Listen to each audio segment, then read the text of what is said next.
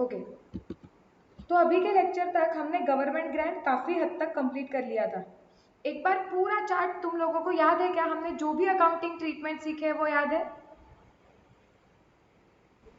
Yes? तुम में से कोई पूरा चार्ट रिवाइज करेगा क्या क्विकली? ट्राई करना है तुम्हें? चलो काव्या करो, ट्राई करो रिवाइज पूरा चार्ट।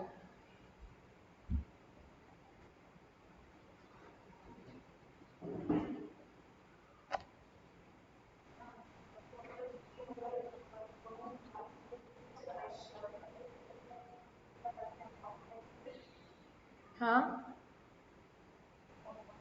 नॉन मॉनिटरी और मॉनिटरी, करेक्ट। फिर नॉन मॉनिटरी? हाँ हाँ,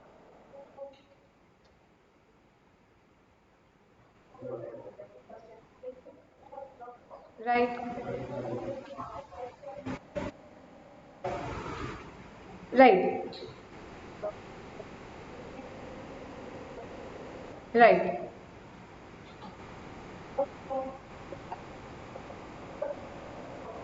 परफेक्ट, आगे।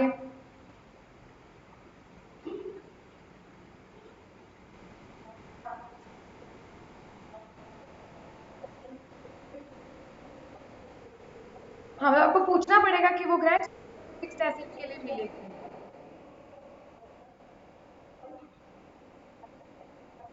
राइट। हाँ, राइट।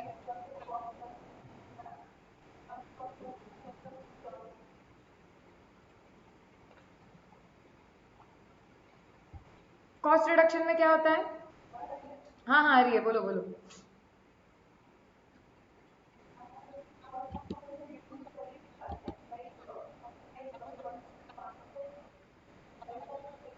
हाँ,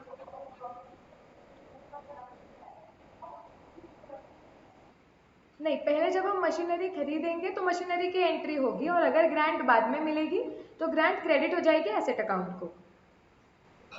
यस, करेक्ट।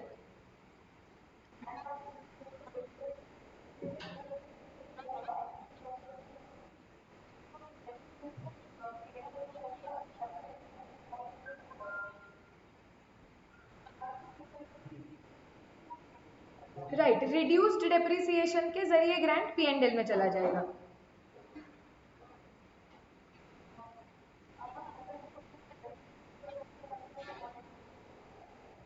हाँ,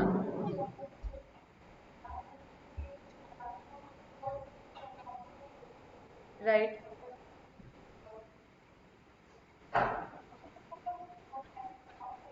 हाँ, पार्क करते हैं डेफर्ड इनकम में।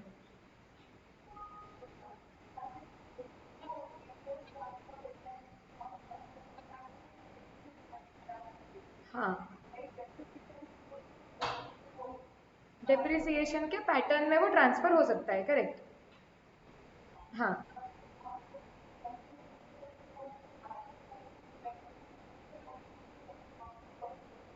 करेक्ट।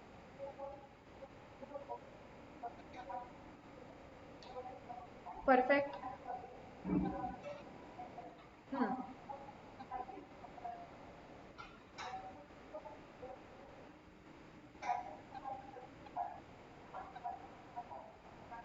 परफेक्ट। हाँ,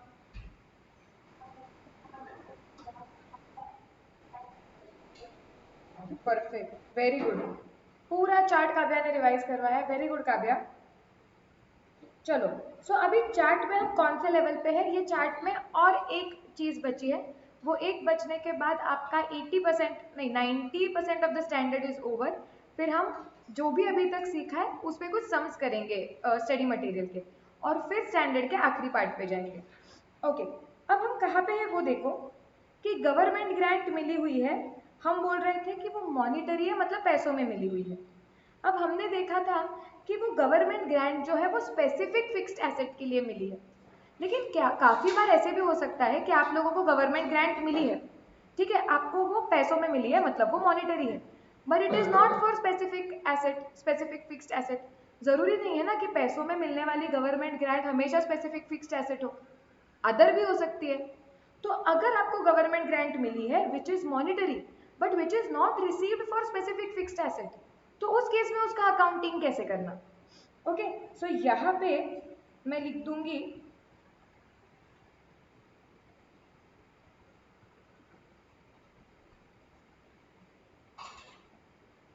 अदर्स। मतलब देखो चार्ट में हम कहाँ पे है, अच्छी तरीके से देखो कि गवर्नमेंट ग्रांट है, मॉनेटरी है, पैसों में मिली है, लेकिन फिक्स्ड एसेट के लिए नहीं मिली हुई है, अदर्स के लिए है। ओके, तो अदर्स है तो फिर उसका अकाउंटिंग कैसा करना, तो उसके अकाउंटिंग के लिए प्लीज अंडरस्टैंड अभी इट इज नॉट, स्टैंडर्ड ने क्या किया है कि जो टिपिकल टाइप्स के ग्रांट्स थे उनका आपको एक गाइडलाइंस दे दिया है, लेकिन अभी हर एक गवर्नमेंट ग्रांट कि गवर्नमेंट ग्रांट अगर आपको ये खर्चे को मीट करने के लिए मिली तो क्या करेंगे, फॉर हर एक टाइप के गवर्नमेंट ग्रांट के लिए एक एक अकाउंटिंग ये देना ट्रीटमेंट ये पॉसिबल नहीं होगा अभी।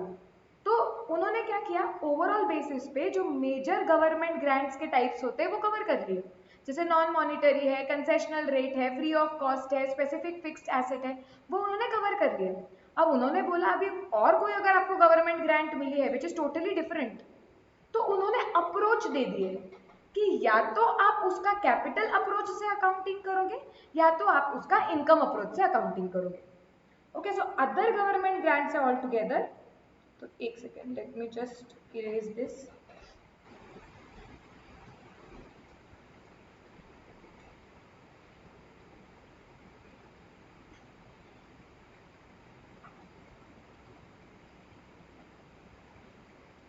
हाँ,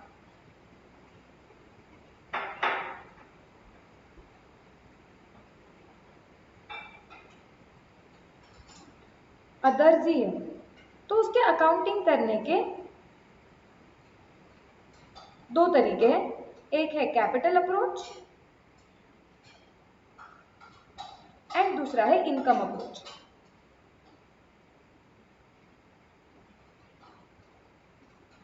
तो अगर आपको गवर्नमेंट ग्रांट ऐसी टाइप की मिली हुई है जो अभी जितने भी हमने टाइप्स देखे उसमें कवर नहीं होती, तो अदर ही है वो, तो उस केस में आप कैपिटल अप्रोच या इनकम अप्रोच से उसका अकाउंटिंग कर सकते हो।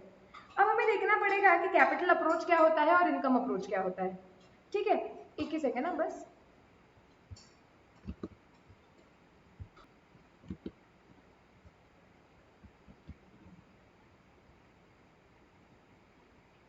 ओके, तो अगर आपको गवर्नमेंट ग्रांट जो मिली हुई है, अगर आपको उसके characteristics, so if the government grant shows characteristics like owner's contribution,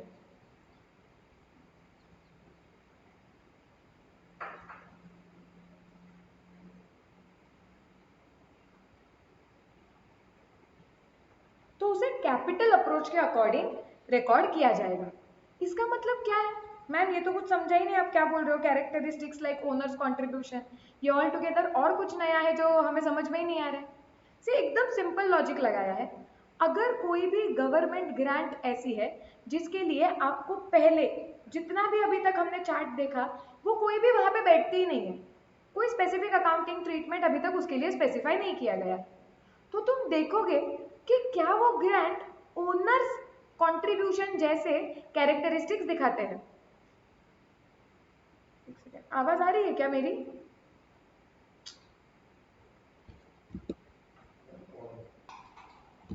सो हम बात कर रहे थे कि अगर आपकी गवर्नमेंट ग्रांट ये ओनर्स कंट्रीब्यूशन के कैरेक्टरिस्टिक्स दिखाती है तो फिर उसे कैपिटल अप्रोच से अकाउंटिंग करेंगे। अब ओनर्स कंट्रीब्यूशन के कैरेक्टरिस्टिक मतलब क्या, सी उसका मतलब होता है जब कोई भी ओनर बिजनेस में पैसे लगाता है तो वो पैसों के कैरेक्टरिस्टिक्स क्या होते हैं, वो ऐसे बोलता है कि मुझे बताओ कि ना मैं बिजनेस में पैसे डाल रहा हूँ तो मैं ना बिजनेस में पैसे डालूंगा बस इसके लिए कि ये बिजनेस में ये मशीनरी खरीद पाऊँ, या ओनर ऐसे सोचता है कि मेरा बिजनेस है, मुझे ओवरऑल बिजनेस के लिए लेट्स से 10 करोड़ लगने वाले हैं, so I am going to introduce overall basis पे 7 crore and then I take loan. Does owner ever say कि नहीं मैं सिर्फ इस चीज के लिए पैसे लगाऊंगा या मैं सिर्फ उस चीज के लिए पैसे लगाऊंगा, या वो हमेशा ऐसे बोलता है कि टोटल बिजनेस को जरूरत कितनी है उसमें से मैं इतने पैसे बिजनेस को दूंगा, यस और नो? यस।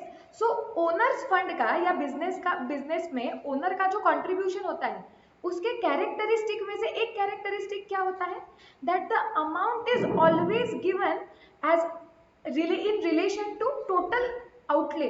टोटल आउटले मतलब जितना भी टोटल पैसा लगने वाला है उसके रिलेशन में, उसे ध्यान में रख के बिजनेस में पैसा डाला जाता है।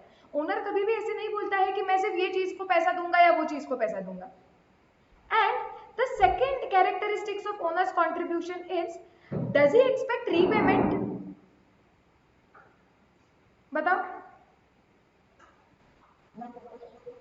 Does he expect repayment?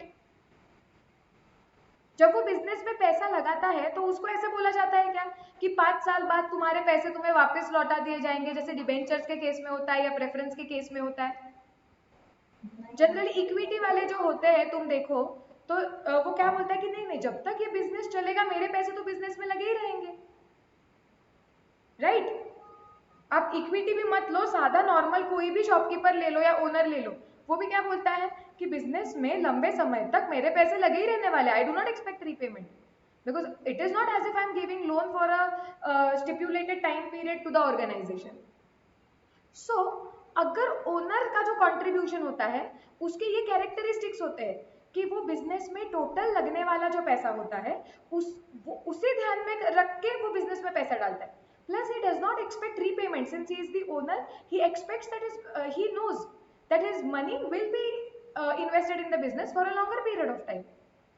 So, अगर गवर्नमेंट की ग्रांट जो आपको मिली हुई है वो ग्रांट भी ऐसे ही कैरेक्टरिस्टिक्स दिखाता है। मतलब वो गवर्नमेंट ग्रांट में डायरेक्टली गवर्नमेंट ने बोला कि अच्छा तुम्हें टोटल यहाँ पे फैक्ट्री लगाने के लिए कितना पैसे लगने वाला है, इतना, क्या तो हम इतना देंगे आपको। प्लस गवर्नमेंट ग्रांट में वो बोला हुआ है कि they do not expect repayment, आपको पैसा दे दिया। तो वैसी जो गवर्नमेंट ग्रांट होती है उसे कैपिटल अप्रोच से अकाउंटिंग किया जाएगा, और कैपिटल अप्रोच से अकाउंटिंग करना मतलब उसे डायरेक्टली क्रेडिट किया जाएगा कैपिटल रिजर्व में।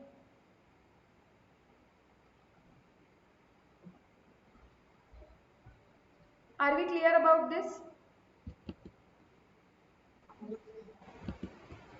Yes everybody?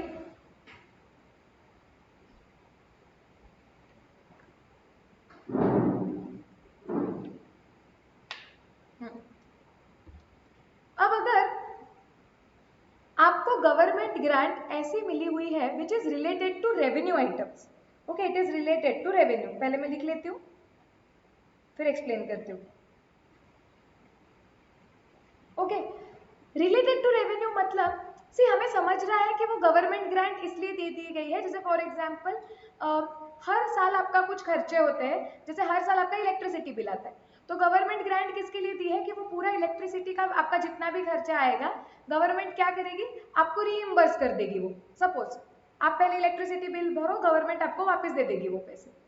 सो अगर रेवेन्यू आइटम से रिलेटेड वो गवर्नमेंट ग्रांट है, जैसे इसका ये एग्जांपल एक होता है कि डे टू डे एक्सपेंसेस जो होते हैं या ईयरली एक्सपेंसेस जो होते हैं जो रेवेन्यू नेचर के होते हैं, जो P&L के डेबिट में जाते हैं, उन्हें काटने के लिए वो गवर्नमेंट ग्रांट तुम्हें मिल रही है। तो उस केस में इट इज वेरी लॉजिकल कि अगर वो खर्चा तुम्हारे P&L के डेबिट में गया हुआ है और गवर्नमेंट ने तुम्हें ग्रांट दी है वो खर्चे को रीइंबर्स करने के लिए, सो इजंट इट लॉजिकल कि वो गवर्नमेंट से मिली हुई हेल्प भी आप P&L के क्रेडिट में डालोगे, क्योंकि खर्चा P&L के डेबिट में गया है लेकिन वो खर्चा है ही नहीं ना, हमें गवर्नमेंट से तो ग्रांट मिल गई, तो उसे काटने के लिए जो गवर्नमेंट ग्रांट मिली है वो भी P&L में डालनी पड़ेगी। तो अगर आपको जो गवर्नमेंट ग्रांट मिली है वो रेवेन्यू नेचर की है, मतलब आपको पता चल रहा है कि ऐसा कुछ है वो गवर्नमेंट ग्रांट में जो day to day business activities से रिलेटेड है, ओके, जस्ट लाइक कि कोई एक्सपेंसेस जो P&L में जाते हैं या ईयरली जो एक्सपेंसेस होते हैं वो रीइंबर्स करने के लिए आपको दी गई है। तो it is not like owners contribution, ऐसे नहीं है कि जैसे ओनर कैसे बिजनेस में पैसे देता है फंड करने के लिए, ऐसा कैरेक्टरिस्टिक्स नहीं है उसका। ओनर ऐसे बोलता है कि सिर्फ इलेक्ट्रिसिटी का बिल भरूंगा मैं, ऐसे नहीं बोलता है ना। तो इसके ये गवर्नमेंट ग्रांट जो हम अभी बात कर रहे हैं कि इलेक्ट्रिसिटी बिल का आपका जितना भी खर्चा होगा गवर्नमेंट उसे रीइंबर्स कर देगी आपको, it is not like, it is not showing characteristics of owner's contribution. Okay, so it is basically, it is actually given to reimburse a capital expenditure, sorry, revenue expenditure. So in that case ऐसे जो government grants अगर आपको दिखते हैं तो आपने उन्हें कहाँ पे डालना चाहिए, they should be credited to P&L।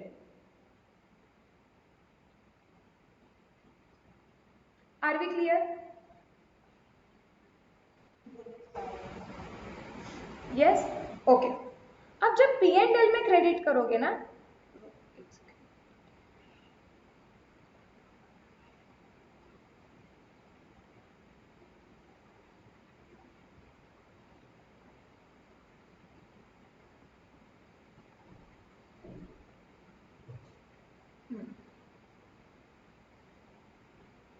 अब जब P&L में क्रेडिट करोगे तो कहाँ पे दिखाना है?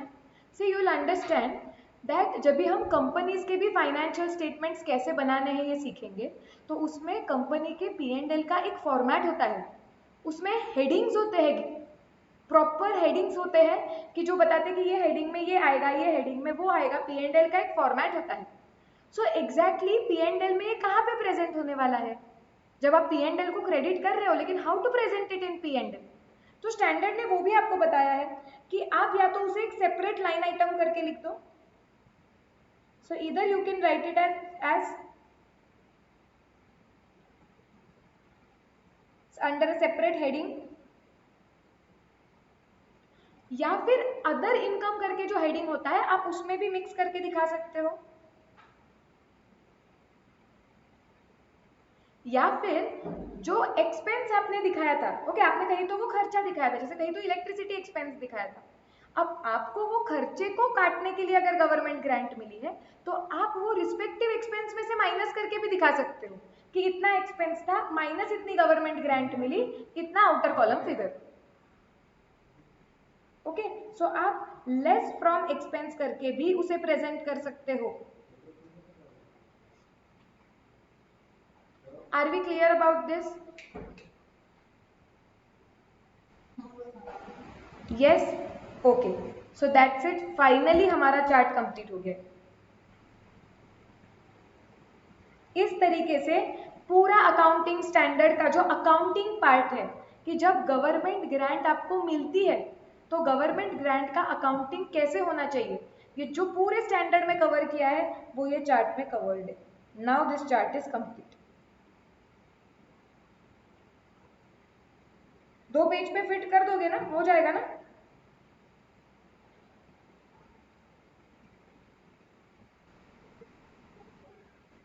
यस, हाँ, अभी काफी लोगों ने ये लिखा नहीं था, कुछ कुछ लोग साइमल्टेनियसली लिख रहे थे, कुछ लोगों ने लिखा नहीं था। तो जिन लोगों ने लिखा नहीं है वो अब ये चार्ट लिखना चालू करो। I give you 10 minutes, complete the chart. ये ऐसे कुछ पढ़ने आ रहा है क्या तुमको? एक काम करो, पहले चार्ट की आउटलाइन बना लो सिर्फ, इसे देख के कि बाइफर्केशन क्या करना है, उतनी जगह छोड़ के फिर मैं एक एक पार्ट को जूम करती हूँ और लिख लो।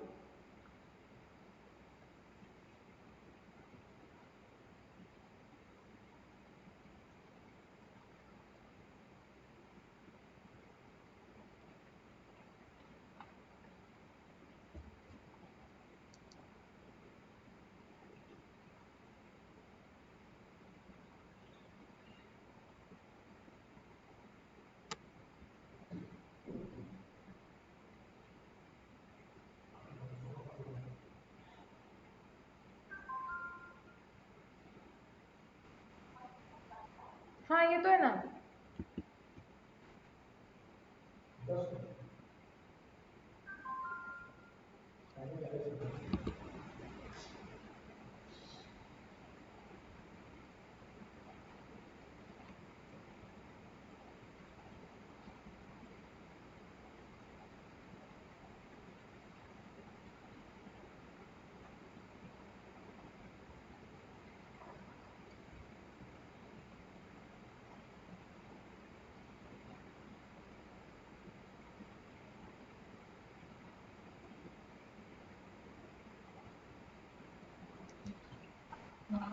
हाँ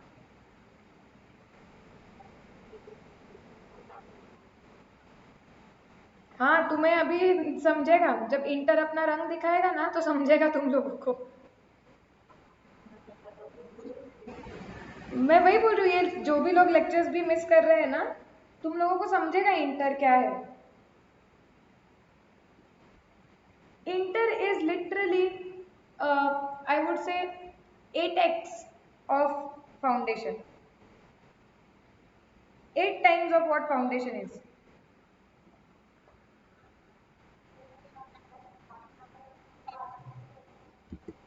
Hmm.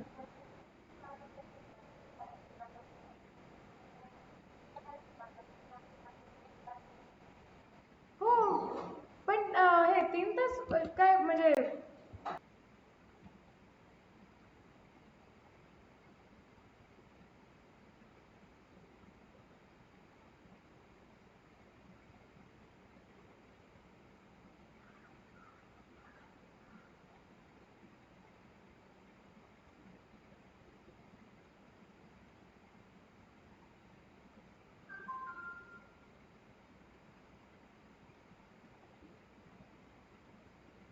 जल्दी लिखो, हमें ये स्टैंडर्ड खत्म करना है अभी जल्दी.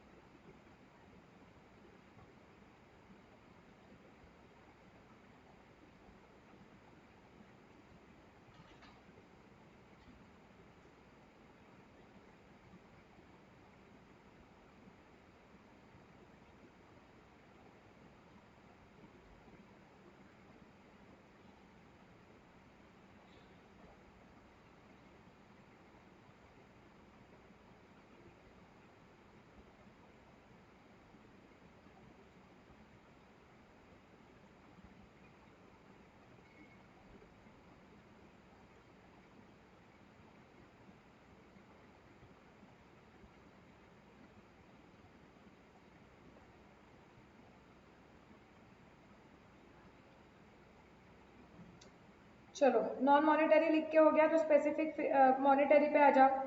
उसमें स्पेसिफिक फिक्स्ड एसेट के लिए आ जाओ.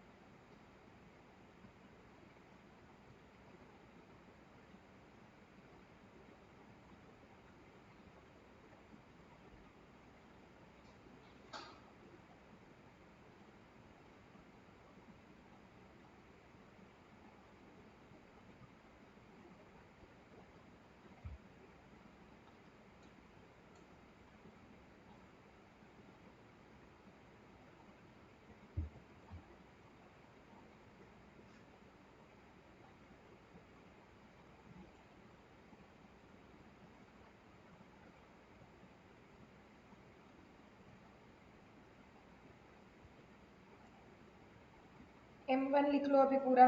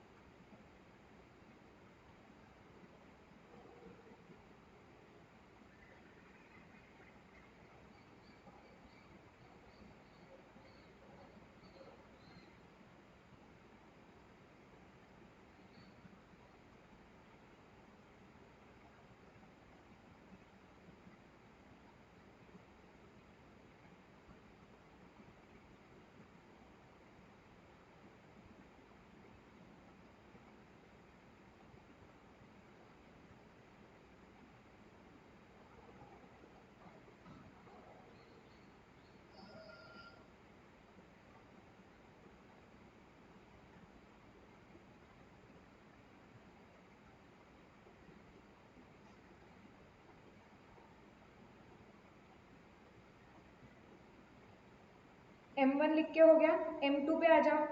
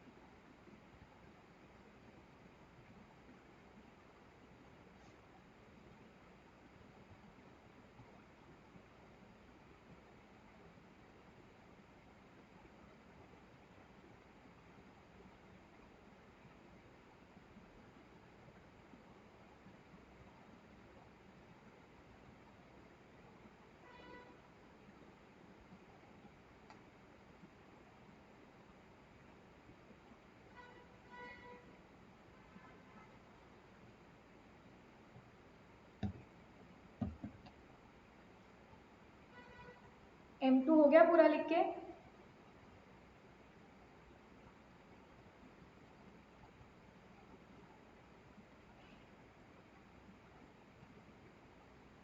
बताओ जल्दी।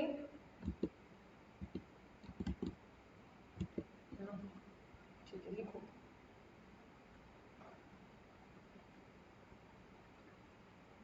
क्विक लिखो, फास्ट लिखो और रिवाइज करते करते लिखो।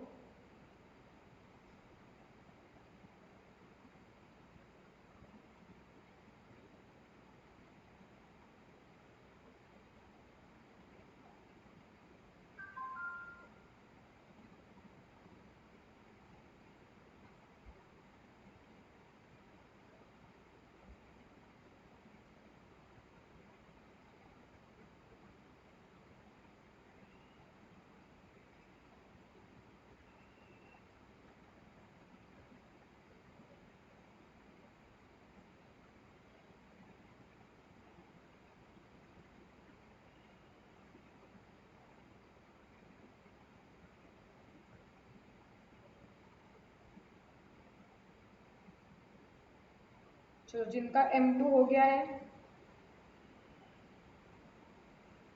वो अदर्स भी लिखना चालू करो simultaneously.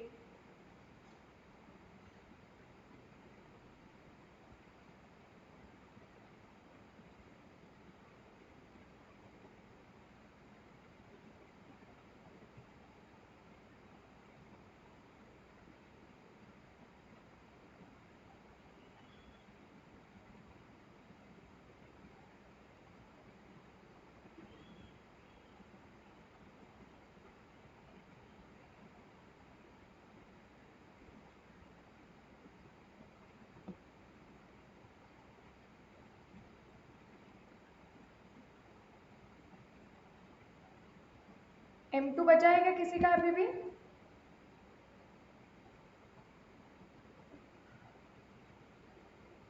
No. Okay, others complete कर लो अभी।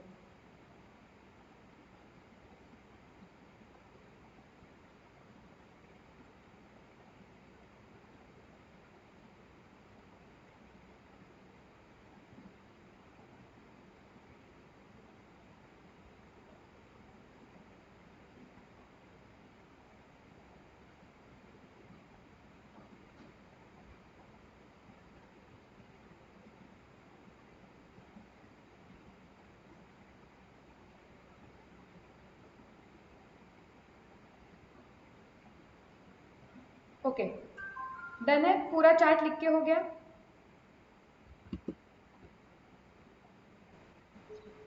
यस। सो बेसिकली अभी जो हमने 90% मैंने बोला कि स्टैंडर्ड खत्म हो गया है 90%, तो 90% में क्या क्या आता है? गवर्नमेंट ग्रांट का डेफिनेशन, गवर्नमेंट ग्रांट के डेफिनेशन या फिर स्टैंडर्ड एक्सक्लूड किन किन लोगों को होता है, उसके बाद वाई दिस स्टैंडर्ड, फिर रिकॉग्निशन क्राइटेरिया और फिर अकाउंटिंग, ये पूरा चार्ट। ओके, और एक पार्ट ये स्टैंडर्ड का बचा हुआ है, वो लास्ट में देखेंगे। अभी इतने पार्ट पे क्वेश्चन सॉल्व करेंगे। मॉड्यूल खोलो।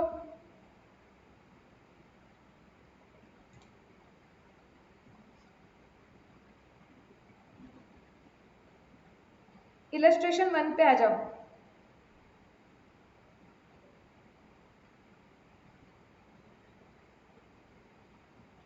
ये देखो, Z limited purchased a fixed asset. Screen पे सबको दिख रहा है ठीक से? यस, ओके, हाँ। सो क्या बोला है देखो, Z limited purchased a fixed asset for 50 lakhs, 50 lakh में खरीदी है, which was estimated, or sorry, which has the estimated useful life of 5 years। ठीक है, 5 years का estimated life है, with salvage value rupees 5 lakh। ठीक है, on the purchase of the assets government granted it a grant for rupees 10 lakhs। Government ने 10 लाख का grant दिया हुआ है। Pass necessary journal entries in the books of company for the first 2 years if the grant amount is deducted from the value of fixed asset। एक ही second ना, ये ठीक से नहीं दिख रहा है ना, ब्लर दिख रहा है ना? मैं बीच बीच में से ब्लर हो रही हूँ क्या आप लोगों को? क्लियर हो क्या? अच्छा, फिर ठीक है। हाँ, तो क्वेश्चन में हमें क्या क्या बोला है कि एक फिक्स्ड एसेट खरीदी है जेड ने 50 लाख की, एसेट की यूजफुल लाइफ है 5 साल, सैल्वेज वैल्यू मतलब रेसिडुअल वैल्यू है 5 लाख। ठीक है, उसके बाद क्या हुआ है, जैसे हमने एसेट खरीदी, हमें गवर्नमेंट ग्रांट मिली है 10 लाख की।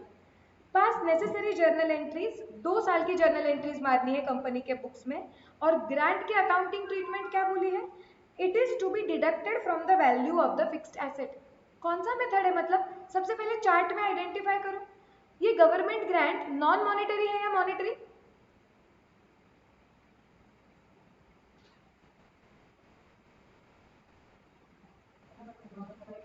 मॉनिटरी है, करेक्ट, क्योंकि पैसों में दिया हुआ है ना, ऐसे थोड़ी बोला है कि मशीन दी हुई है, तो मॉनिटरी है। Is it for a specific fixed asset, बताओ। Yes, it is for a specific fixed asset, क्योंकि यही एसेट के लिए आपको दी गई है। यस, अगर वो हो गया, अभी एक स्पेसिफिक एसेट के लिए आपको मिली हुई है, अब इसका अकाउंटिंग हमें मेथड नंबर 1 के हिसाब से कर रहे हैं या मेथड नंबर 2 के हिसाब से कर रहे हैं। मेथड 2 से करना है या 1 से करना है, चार्ट ठीक से देखो। क्वेश्चन में क्या बोला है करने के लिए, मेथड 1 कॉस्ट रिडक्शन मेथड है। उन्होंने बोला है ना, it is to be deducted from the value of the fixed asset. So cost reduction method के हिसाब से करना है accounting. So quickly format draw करो जर्नल का, 2 साल का अकाउंटिंग करना है हमें।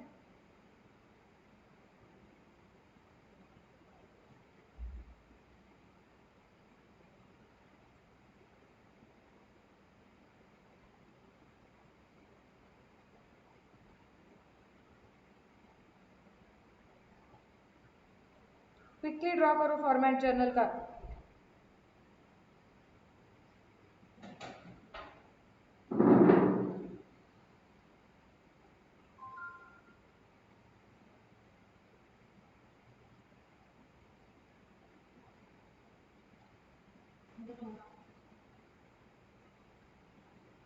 सबका हो गया, चलो अब मारेंगे accounting entries.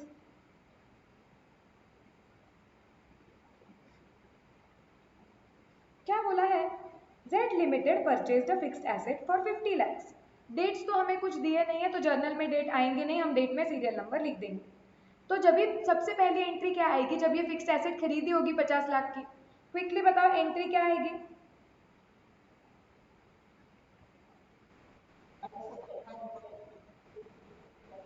Asset account debit to bank, एक ही स्टूडेंट आंसर देने वाला है क्या,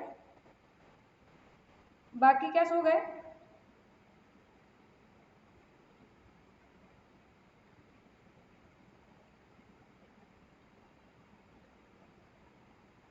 तो बोलो ना, पहली एंट्री होगी तुम्हारी fixed asset account debit, debit what comes in, to credit the giver to bank account 50 lakh.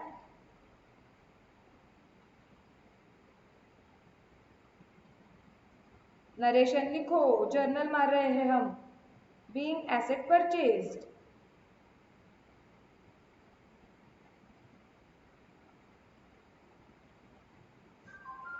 Are we clear about this,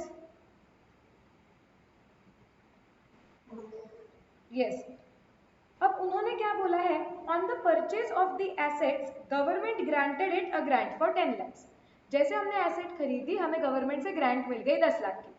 अभी अज्यूमिंग की recognition criteria is met, okay, कि अगर कुछ बताया नहीं है क्योंकि कि ग्रांट को कुछ कंडीशंस है क्या, तो अज्यूम हम ये करके कि कंडीशंस भी मेट होगी और ग्रांट तो रिसीव हो ही गई है, तो रिकॉग्निशन क्राइटेरिया मेट हो गया है, ये अज्यूम करते हुए हम गवर्नमेंट ग्रांट की एंट्री मारेंगे।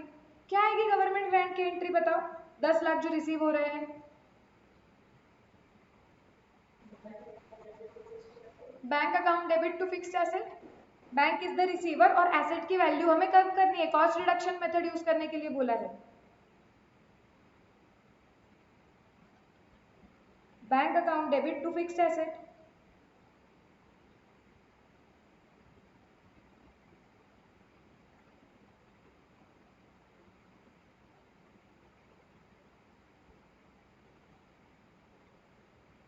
Being grant received. नेक्स्ट, इधर तक क्लियर। अब ईयर नंबर 1 में और कुछ हुआ है क्या जिसकी एंट्री हम मार सकते हैं? सिर्फ डेप्रिसिएशन, उसे छोड़ के कुछ नहीं, क्योंकि और मशीनरी से रिलेटेड कुछ नहीं बताया हुआ है। तो जैसे साल खत्म होगा मशीनरी की एंट्री मारनी पड़ेगी। करो calculate depreciation.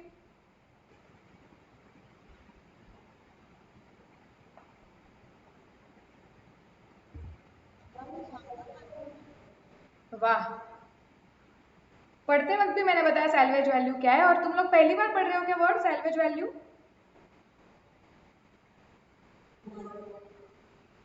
Residual value, salvage value मतलब बची हुई वैल्यू। काव्या,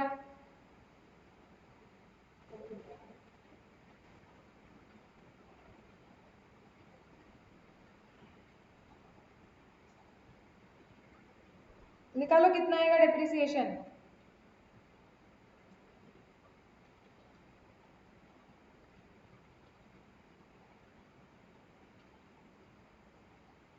आ जाना चाहिए था अब तक।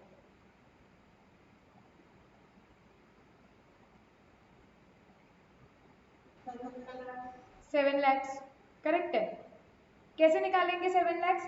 हमने खरीदी 50 लाख में, माइनस 10 लाख तो कॉस्ट ही नहीं है तो वो माइनस कर देंगे, बचा 40 लाख। 40 लाख में से भी 5 लाख तो सैलवेज वैल्यू है, सो माइनस 5 लाख, मतलब 35 lakhs divided by 5 which is 7 lakhs। Okay, तो अब उसकी एंट्री आएगी, मार दो डिप्रिसिएशन की एंट्री।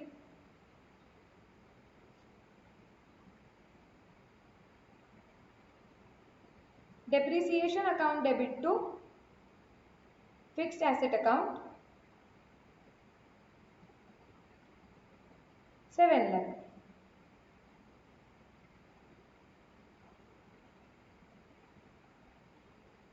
being depreciation charged.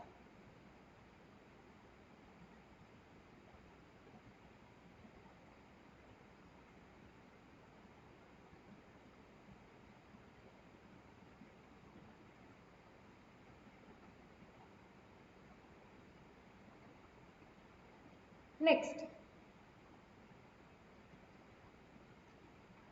अब सेकेंड ईयर में क्या एंट्री मारेंगे बताओ? फर्स्ट 2 years की एंट्री मारने के लिए बोला है, क्योंकि सेकेंड ईयर में क्या मारेंगे एंट्री?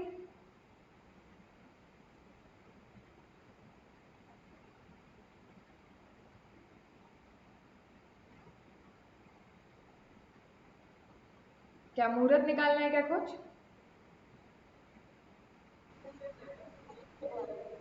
हाँ, बस डेप्रिसिएशन की आएगी, और कुछ सेकेंड ईयर में दिया ही नहीं है क्वेश्चन में। और कितने से मारोगे depreciation?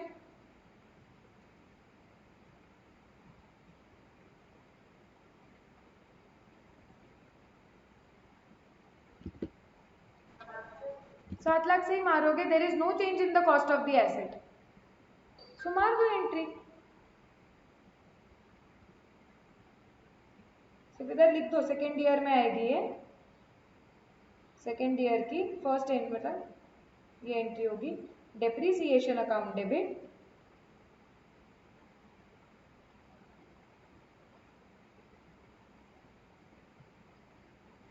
To fixed asset account 7 lakh.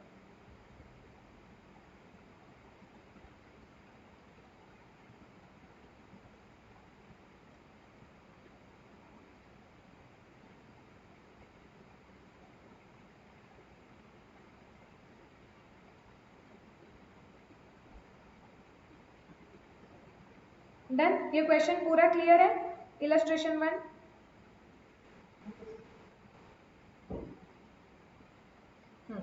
और एक चीज हमेशा याद रखना कि जब भी आप कोई ईयर एंड करते हो तो आपके जर्नल एंट्री में जितने भी नॉमिनल अकाउंट्स होते हैं वो आपको कहाँ पे ट्रांसफर करने पड़ते हैं? पी एंड एल में। So do not forget to pass that one entry also, कि इधर फर्स्ट ईयर खत्म हुआ है, सो वी शुड नो कि सारे nominal accounts P and L में जाते हैं।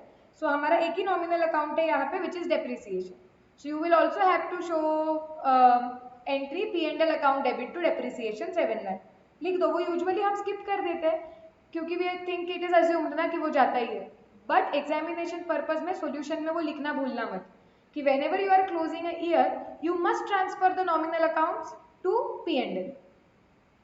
सो डाल दो इधर, ईयर नंबर 1 में भी ईयर नंबर 2 में भी। Let P and L to depreciation.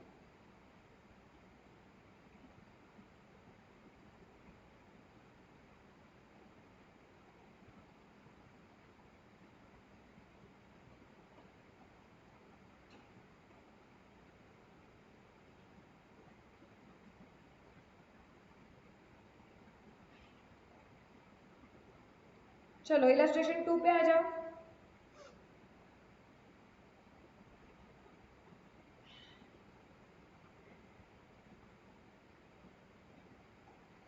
Z Limited purchased a fixed asset again 50 lakh की, useful life 5, salvage value 5 lakh.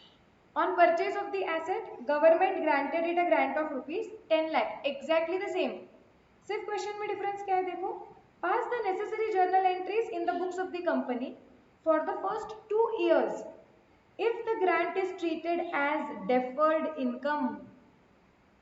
अब मेथड ये क्या आ रहा है, कौन सी मेथड यूज कर रहे हैं हम, मेथड नंबर 2।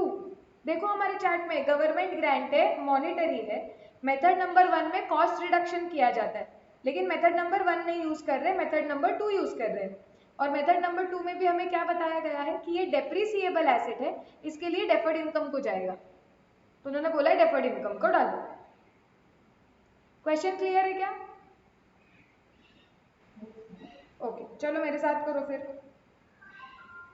फटाफट फॉर्मेट ड्रॉ करो।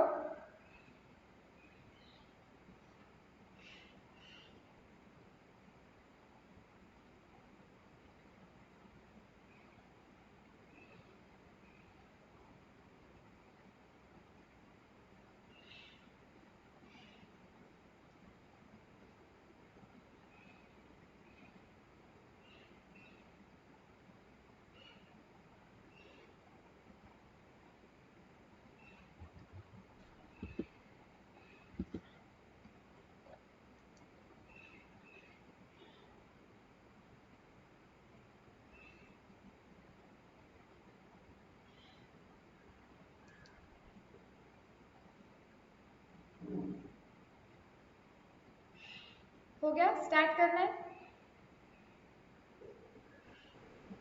पहली एंट्री वही आएगी क्या, fixed asset account debit to bank 50 lakhs। मार दो वही एंट्री, उसमें तो कोई चेंज ही नहीं है।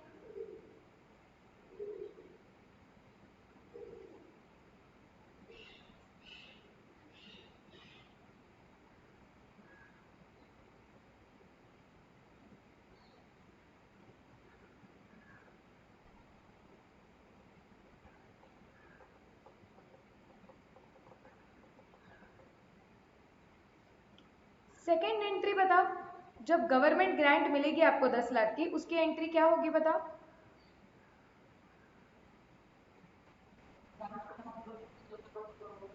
यस यहाँ पे bank account debit to deferred income में डालने के लिए बोला है, तो एक अकाउंट खोलेंगे which will be deferred government grant, तो यहाँ पे एंट्री आएगी bank account debit to deferred government grant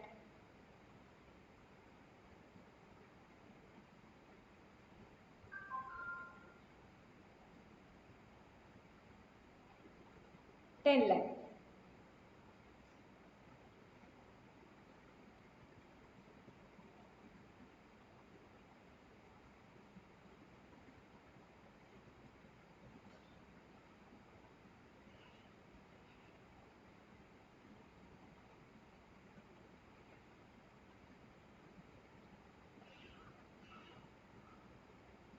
okay अब डेप्रिसिएशन साल खत्म हो जाएगा, मशीन से रिलेटेड तो सिर्फ खरीदने की एंट्री बताई हुई है, एक तो परचेज की एंट्री और दूसरी मिली है गवर्नमेंट ग्रांट की एंट्री, दोनों मार दो। साल खत्म होगा तो डेप्रिसिएशन लगाना पड़ेगा। बताओ डेप्रिसिएशन की एंट्री क्या आएगी विद अमाउंट, सेम लिख दूं क्या, depreciation to fixed asset 7 lakh.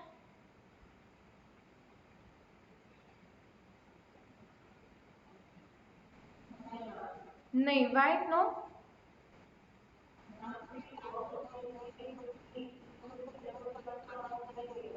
Right क्योंकि हमारी फिक्स्ड एसेट मैम 50 लाख पे दिख रही है, तो गवर्नमेंट मतलब जो डेप्रिसिएशन है वो 50 लाख के हिसाब से निकालना पड़ने वाला है, क्योंकि गवर्नमेंट ग्रांट फिक्स्ड एसेट को क्रेडिट नहीं की है। तो निकाल के बताओ कितना आ रहा है डेप्रिसिएशन।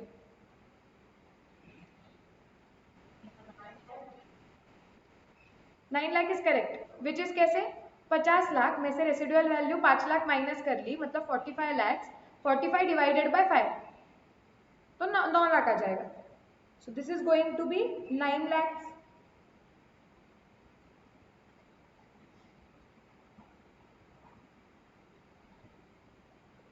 ओके, और क्या करना पड़ेगा मुझे बताओ इस साल में?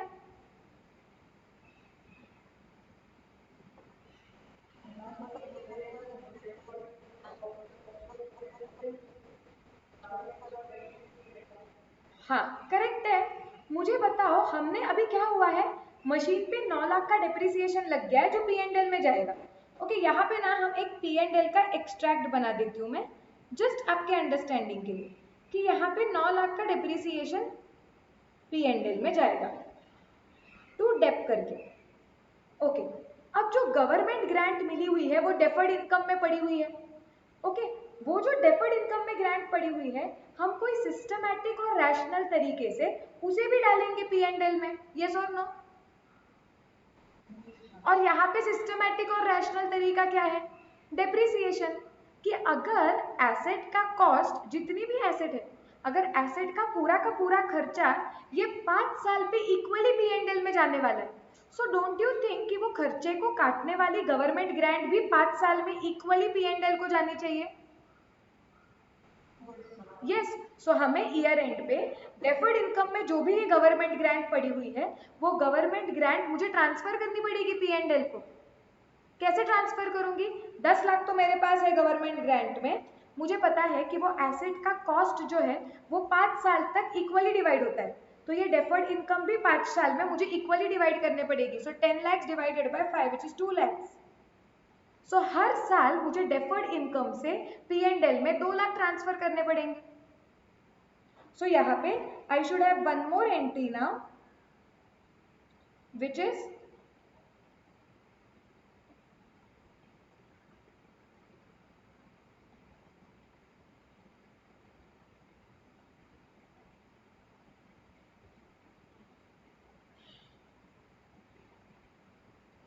deferred income account debit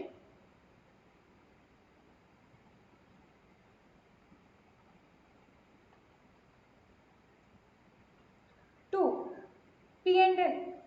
directly P and L में ट्रांसफर करेंगे 2 lakh.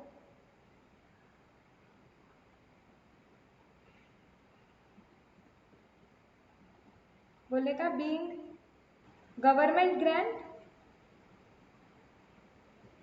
Transferred to P and L in the pattern of depreciation.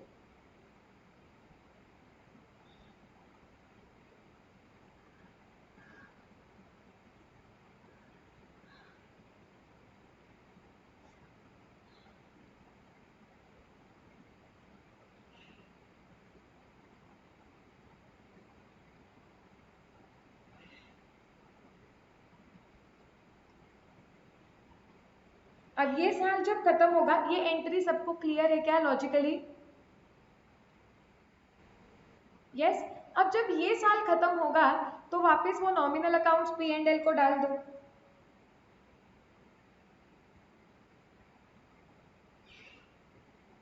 P and L account debit to depreciation.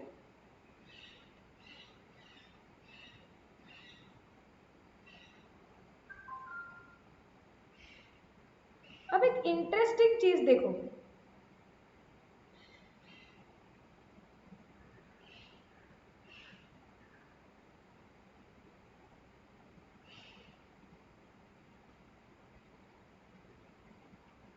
अब हम पी एंड एल पे देखेंगे ना, तो हमारा पी एंड एल कैसे दिखेगा? पी एंड एल में 9 लाख का डेप्रिसिएशन जाएगा और हमने deferred income to P and L एक एंट्री मारी है. सो यहाँ पे बाय डेफर्ड गवर्नमेंट ग्रांट आएगा 2 लाख का. मुझे बताओ, क्या अल्टीमेटली मशीन को यूज करने की कॉस्ट उस साल में did it go to 7 lakhs? इस मेथड में आपने डेप्रिसिएशन 9 लाख का लगाया, deferred income P and L में डाली 2 लाख की, तो 9 लाख का खर्चा, उसको काटने वाली 2 लाख की इनकम, मतलब क्या मशीन को यूज करने का खर्चा 7 लाख ही गया है? Yes, so can I say that the net impact to P&L under method number 1 and method number 2 is going to be exactly the same? Yes. ये डेफर्ड गवर्नमेंट ग्रांट है, हमने वर्ड यूज किया है, करेक्ट। जाओ, अब क्या करेंगे, अब ईयर नंबर 2 आ जाएगा। ईयर 2 में वापस डेप्रिसिएशन की एंट्री मारनी पड़ेगी।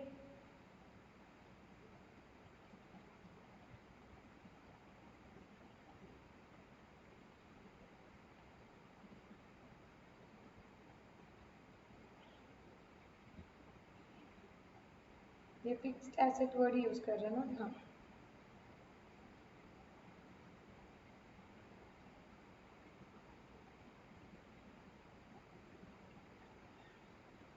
सेकेंड ईयर में वापस डेफर्ड इनकम से P&L में जाएगा, वो मत भूलना।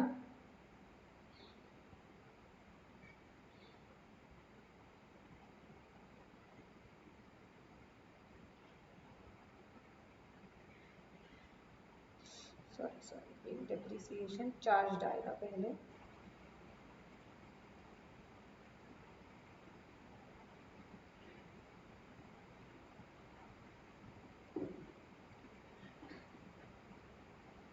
उसके बाद deferred government grant to P&L मारना भूलो मत, 2 लाख।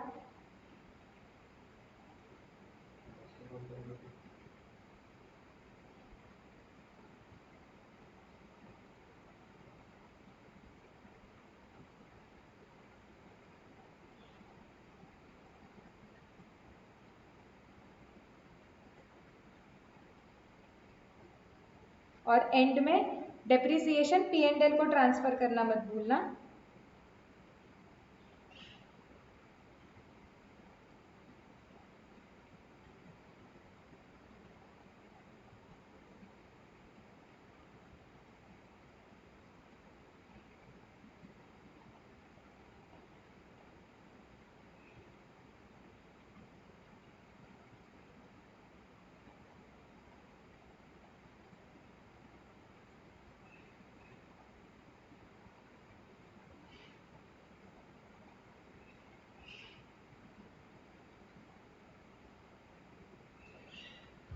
डन।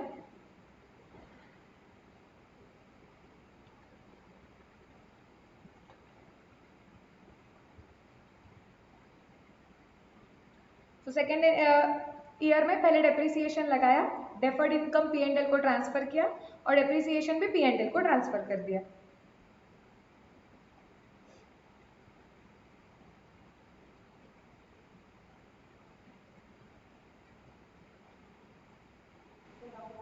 डन। तो क्या सिंपल है, क्या समझ रहे हैं? जब पहली बार सीख रहे थे, चार्ट में बता रही थी तो कॉम्प्लेक्स लग रहा था, अब सॉल्व करते वक्त इजंट इट वेरी इजी? कुछ लग रहा है क्या बहुत डिफिकल्ट है? सबको एब्सोल्युटली क्लियर है? जाना है आगे? इलस्ट्रेशन 2 भी हो गया हमारा।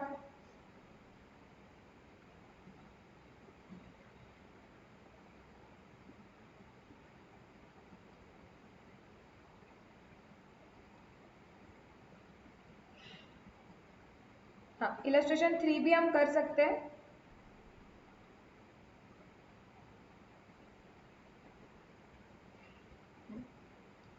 इलस्ट्रेशन 4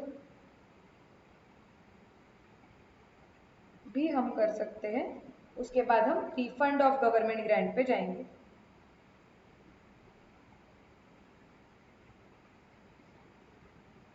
चलो, इलस्ट्रेशन 3 देखो क्या बोल रहे हैं। Santosh Limited has received a grant of 8 crores from the government for setting up a factory in backward area. Okay. Out of this grant, the company distributed rupees 2 crores as dividend. Okay. And so also Santosh Limited received land free of cost from the state government. But it has not recorded it at all in the books as no money has been spent. In the light of Accounting Standard 12, examine whether the treatment of both the grants is correct. So उन्होंने क्या बोला है कि संतोष limited को government grant मिली है 8 करोड़ की, किसके लिए ये 8 करोड़ दिए गए थे गवर्नमेंट ने? कि आप जो बैकवर्ड एरिया में फैक्ट्री सेटअप करते हो उसके लिए। ओके। और क्या किया संतोष ने? संतोष लिमिटेड ने ये जो 8 करोड़ मिले हैं वो उसमें से 2 करोड़ उन्होंने डिविडेंड करके ओनर्स को डिस्ट्रीब्यूट कर दिए। ओके। उसके बाद संतोष को गवर्नमेंट से और एक फायदा हुआ है, जमीन फ्री ऑफ कॉस्ट मिल गई है संतोष लिमिटेड को। लेकिन वो लोग क्या बोल रहे हैं कि जमीन फ्री ऑफ कॉस्ट मिली है, हमारा एक भी रुपया गया नहीं है, सो हम अकाउंटिंग नहीं करेंगे इसका, we will not show that asset in the books of accounts. Why? Because we have not spent anything और कॉस्ट पे रिकॉर्ड की जाती है ना एसेट, हम एंट्री क्या मारे, कौन से अमाउंट से मारे। सो ये उनका कंटेंशन है। अब वो बोल रहे हैं कि क्वेश्चन पूछ रहा है कि अकाउंटिंग स्टैंडर्ड 12 ने गवर्नमेंट ग्रांट के अकाउंटिंग करने के लिए जो प्रिंसिपल्स एंड गाइडलाइंस दिए हुए हैं, ओके, उसको ध्यान में रखते हुए बताओ कि संतोष लिमिटेड ये जो दोनों अकाउंटिंग ट्रीटमेंट्स वो कर रहा है, सो पहले उसने जो किया, पहले वाले ग्रांट के साथ जो किया और दूसरे वाले ग्रांट के लिए अकाउंटिंग ट्रीटमेंट जो बोल रहा है, इज इट करेक्ट? कौन आंसर देगा बताओ?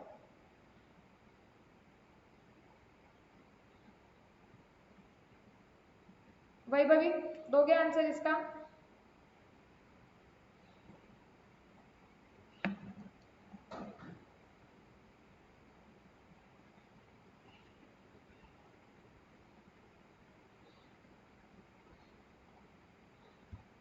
बताओ बताओ, शांति से पढ़ो, 2 मिनट लो चाहिए तो। Okay, take 2 minutes.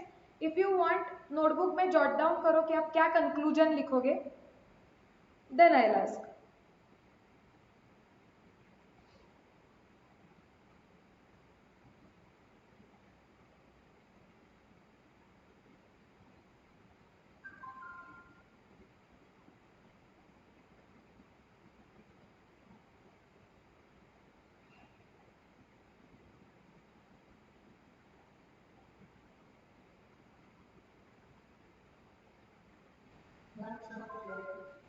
समझ गया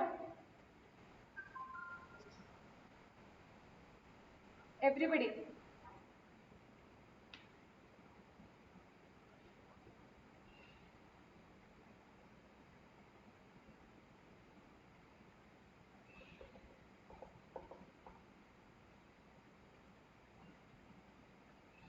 सलोनी, वैभवी, क्या स्टेटस है?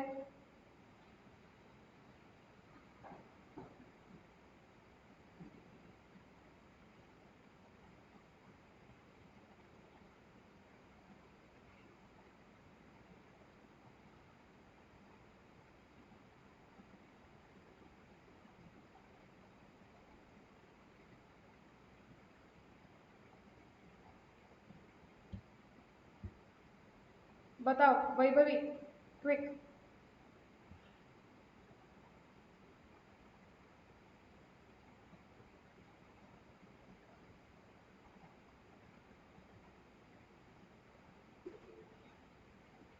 क्या बताओ, क्या बताओगे वैभवी? नाश्ते में क्या खाया ये बताओगे क्या? Conclusion, yes conclusion. कि ये जो क्वेश्चन पूछा गया है, whether the treatment of both the grants is correct, मुझे इसका आंसर चाहिए।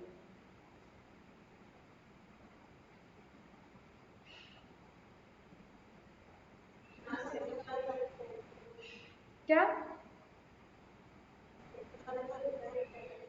हाँ, दोनों का चाहिए, पहले का भी आप क्या लिखोगे, दूसरे का भी क्या लिखोगे, और क्यों दोनों लिखना जरूरी है ना। वैभवी, तुम्हारा माइक क्यों नहीं चल रहा है?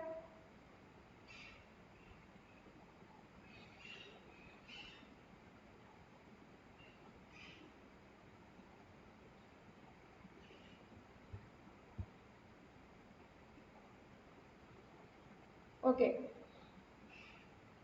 वैभवी बोल रही है मुझे तो नहीं लग रहा है करेक्ट है, फर्स्ट ही करेक्ट है।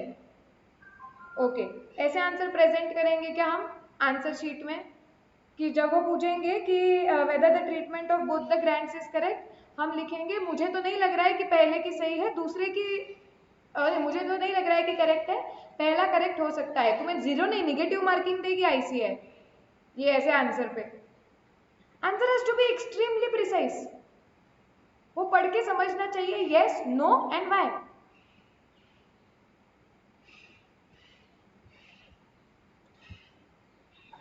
ओके, काव्या बोल रही है मैम दोनों ही करेक्ट नहीं है, क्यों काव्या बताओ रीजन।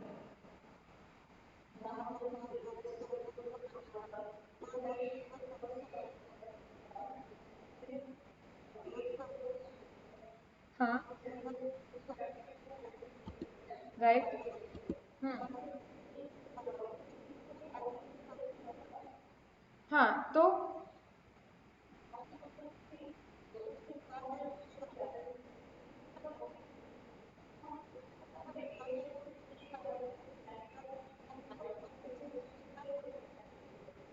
हाँ सी वो कि सिंपल सी बात है कि इसमें पहला वाला जो पार्ट है ना उसमें अकाउंटिंग ट्रीटमेंट के बारे में कुछ बोला ही नहीं। उन्होंने बस इतना बोला कि 8 करोड़ का आपको गवर्नमेंट ग्रांट मिला हुआ है in order to set up a factory in backward area. अब मुझे बताओ डिविडेंड का मतलब क्या होता है कि कंपनी जो प्रॉफिट कमाती है वो प्रॉफिट वो डिवाइड कर देते हैं अपने ओनर्स में कि हमने ये प्रॉफिट कमाया इस पे अधिकार ओनर्स का है तो ओनर्स ले लो। अब गवर्नमेंट से मिली हुई है जो गवर्नमेंट ग्रांट है वो गवर्नमेंट ने ओनर्स को बांटने के लिए दी है क्या, फैक्ट्री को सेटअप करने के लिए दी है। सो पहले का आंसर हम यही लिखेंगे कि that if government grant has been received with the specific instructions that it has to be used for setting up a factory in backward area, then that government grant cannot be distributed as dividend. That is why this treatment done by Santosh Limited is not correct. Very simple पहली बात तो तुम मुझे बताओ ना government तुम्हें बोल रहा है कि फैक्ट्री खड़ा करने के लिए ये 8 करोड़ लो, तुम क्या बोल रहे हो 8 करोड़ ये लो 8 करोड़ ओनर्स में बांट देते हैं, owners take this 8 crore rupees. Allow करेगा क्या गवर्नमेंट?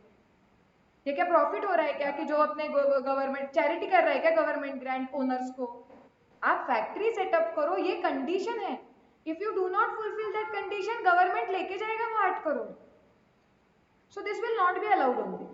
सेकेंड कंटेंशन वो लोग क्या बोल रहे हैं कि संतोष लिमिटेड को फ्री ऑफ कॉस्ट लैंड मिला हुआ है। अब वो करेक्ट है क्या जो वो बोल रहा है कि हम रिकॉर्ड ही नहीं करेंगे because we have not spent anything? What does accounting standard 12 से?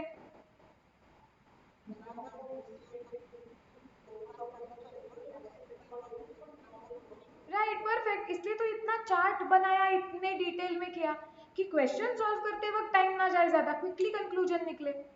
सो एज पर कैसे लिखोगे? अकाउंटिंग स्टैंडर्ड 12 सेज दैट, क्या बोलता है कि when non monetary government grant is received by way of any asset which is given by government free of cost, in that case asset has to be recognized in books of accounts however at nominal value. So here contention of Santosh Limited is incorrect. The company must record or must recognize the asset in the books of accounts at nominal value. खत्म, done answer. But ऐसे language में लिखना पड़ेगा। Clear है क्या ये?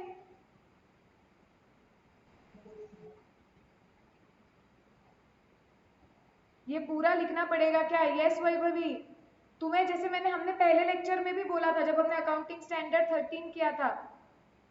Yes हाँ मैंने जो बोला एग्जैक्टली वैसा नहीं आएगा, but while presenting the answers of accounting standard you must first explain the case. Yes yes, you can not right whether the sentence is correct और इनकरेक्ट, वो तो तुम्हारा तुक्के से भी आ सकता है ना answer. ICAI expects that you know accounting standards के प्रोविजंस क्या है। सो पहले पैराग्राफ में एक्सप्लेन करो केस को कि संतोष लिमिटेड को ये दो गवर्नमेंट ग्रांट मिली है, एक का डिविडेंड दे दिया है और दूसरा वो बोल रहे हैं कि रिकॉर्ड नहीं करेंगे। फिर तुम सेकंड में प्रोविजंस ऑफ अकाउंटिंग स्टैंडर्ड 12 लिखोगे। यहाँ पे अकाउंटिंग स्टैंडर्ड 12 उसका नंबर मतलब नाम एंड स्टैंडर्ड की language exact relevant provisions that the standard says that non monetary government grant, ये वर्ड्स आने चाहिए। wherein we have received any asset free of cost then the asset must be recognized at nominal values, ये words ऐसे ही आने चाहिए। और फिर ये रिलेट करके कंक्लूजन और considering the above provisions or the above as per the above provisions discussed Santosh Limited's contention is wrong. They must record land at nominal value. Answer ऐसे ही प्रेजेंट होना चाहिए तो ही 5 मार्क मिलेंगे, वरना नहीं मिलेंगे।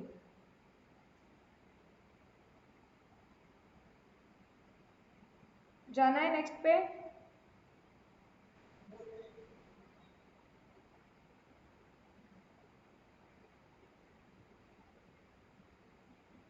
देखो इलस्ट्रेशन 4 क्या है। Top and Top Limited has set up its business in a designated backward area. So they have already set up business in designated backward area, which entitles the company to receive from the government of India a subsidy of 20% of the cost of investment. So just because you have already set up your factory in a backward area, now you are eligible to receive government grant by way of subsidy. कितना मिलेगा? 20% of your investment. Having fulfilled all the conditions under the scheme, the company on its investments of rupees 50 crore in capital assets received rupees 10 crore from the government in January 2017. Accounting period क्या है? 16-17. So since we have complete, इन्होंने सारे conditions जो scheme के थे वो fulfil कर लिए, तो उससे की वजह से क्या हुआ, जो 50 करोड़ का इन्वेस्टमेंट किया था उसका 20% गवर्नमेंट ग्रांट मिला, मतलब 10 करोड़ जनवरी 17 में। Company wants to treat this receipt as an item of revenue. वो बोल रही है आइटम ऑफ रेवेन्यू है ये जो गवर्नमेंट ग्रांट है, and thereby reduce losses on profit and loss account for year ended 31st March 2017. Okay. Keeping in view the relevant accounting standard, discuss whether this action is justified or not. सबसे पहले ये मुझे कोई explain करो, ये कि company क्या accounting treatment देने वाला है? सलोनी,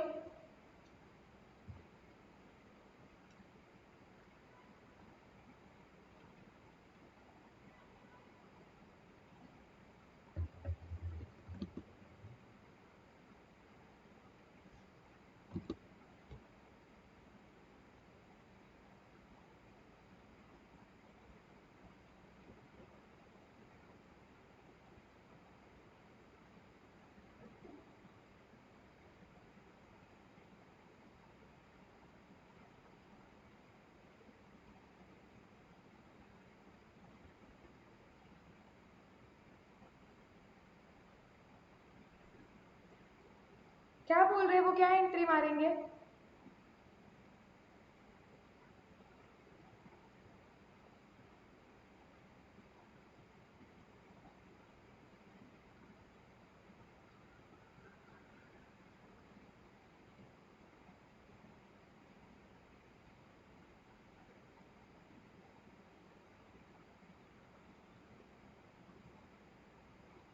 क्विकली बताओ रे, इतना टाइम मत लो, सिलेबस नहीं कंप्लीट होगा।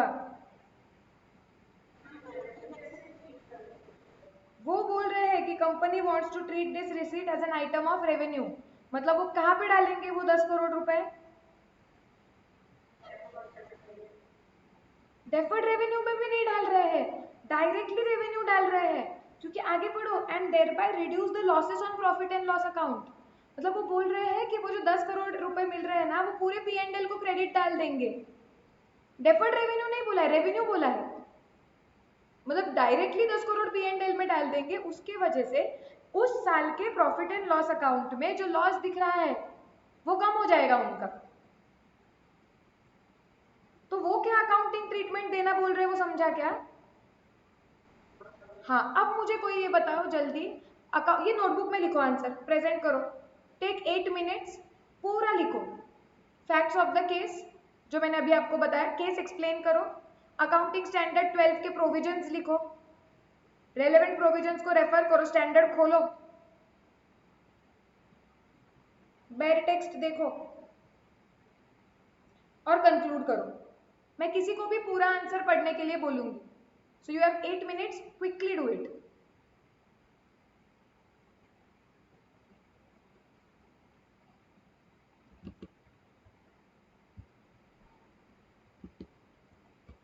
क्लियर है? हो गया लिख के?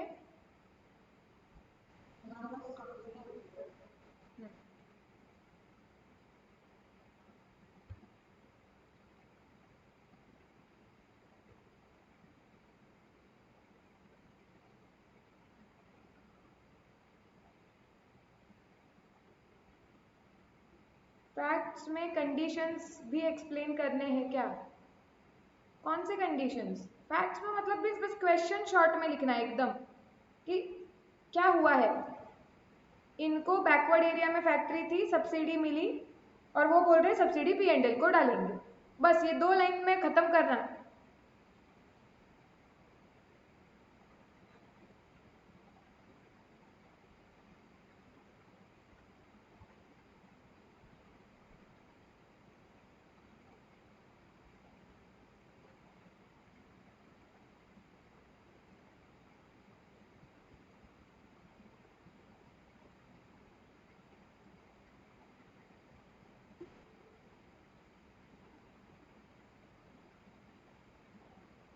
हाँ, उन्होंने सारे कंडीशंस फुलफिल कर दिए, वो मेंशन करोगे तो भी चलेगा, नहीं करोगे तो भी चलेगा, because see what you have to do is ज़्यादा इंपॉर्टेंस है अकाउंटिंग स्टैंडर्ड के प्रोविजंस और कंक्लूजन्स को। फैक्ट्स तो क्वेश्चन में है ही, तो 5 मार्क का क्वेश्चन उतने टाइम फ्रेम में भी फटाक से होना चाहिए।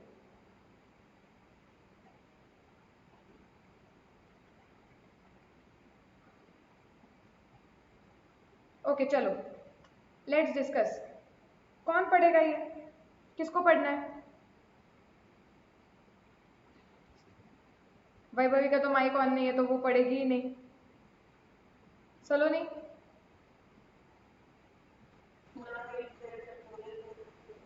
हाँ ठीक है, फटाक से लिख लो।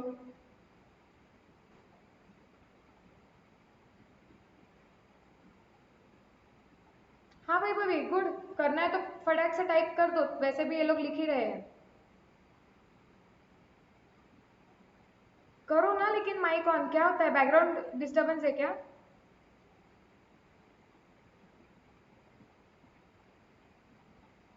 ओके।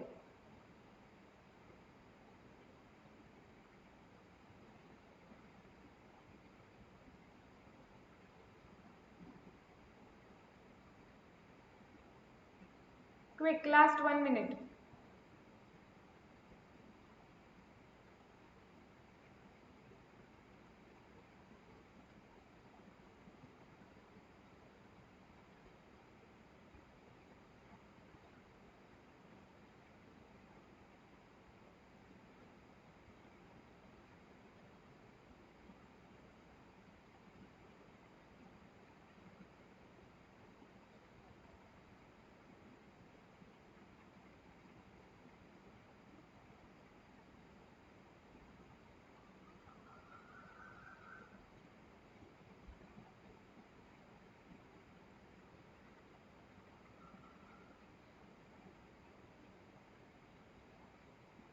डन।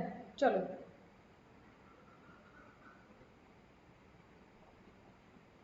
पढ़ो सलोनी।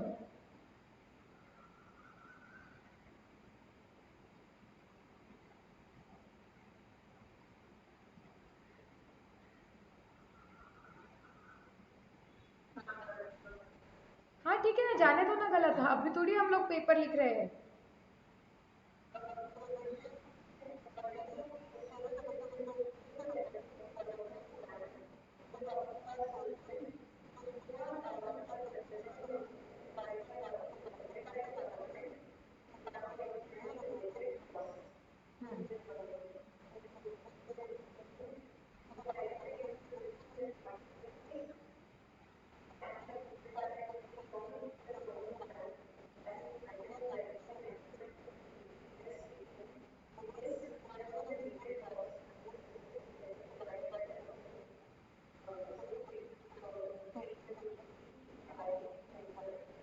तो क्या करेक्ट ट्रीटमेंट क्या होगी?